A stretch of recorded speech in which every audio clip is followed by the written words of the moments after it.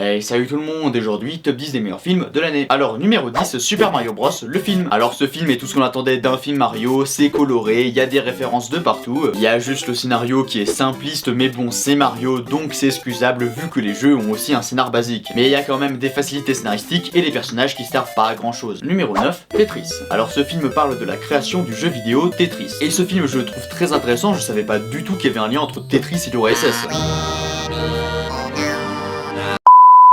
Son seul petit défaut c'est que l'histoire est clairement romancée, ce qui n'est pas un mal, mais si c'est pour mettre un méchant cliché et une course de voiture à l'hollywoodienne, c'était peut-être pas les meilleures des idées pour un biopic. Numéro 8, The Creator. Alors l'univers est extraordinaire, mais malheureusement le scénario et les personnages sont pas très bien écrits. Mais la thématique sur les IA est certes du déjà vu, mais c'est toujours aussi intéressant. Numéro 7, Les Gardiens de la Galaxie volume 3. C'est émouvant, drôle, bien réalisé et la thématique sur les sociétés utopiques est intéressante. Numéro 6, Godzilla Minus One. L'un des meilleurs Godzilla depuis longtemps, peut-être juste en dessous de Shin Godzilla. J'ai pas encore réussi à me décider pour savoir lequel était le meilleur entre les deux. Mais c'est émouvant, bien réalisé, les scènes de destruction sont incroyables et ce Godzilla est vraiment badass. Numéro 5, Spider-Man Across the Spider-Verse. Meilleur que le 1 je trouve, les personnages sont attachants et putain qu'est-ce que c'est beau. C'est bien réalisé, il y a des centaines de styles d'animation différents, c'est le film le plus artistiquement mieux réussi de l'année. Bon après, j'hésite encore, c'est possible que ce soit plus le garçon et le héron. Numéro 4, Killer of the Flower Moon. Alors ce film de Martin Scorsese est beau, bien écrit, bien joué, bien réalisé,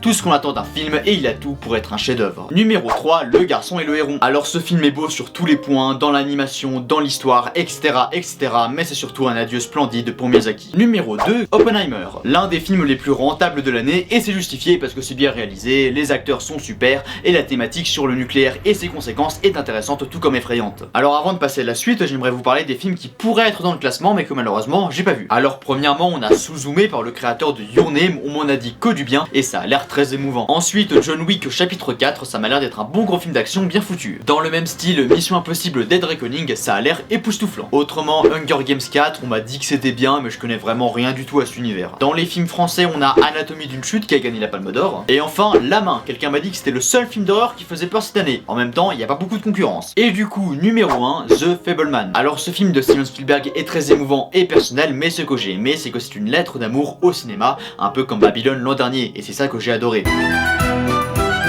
Et avant de nous quitter, j'aimerais vous dire merci pour les 78 abonnés cette année. Et j'ai beaucoup évolué en un an, si vous regardez la première critique et que vous la comparez avec celle-ci, vous verrez la différence. Bon allez, abonne-toi, va regarder cette vidéo et bonne année.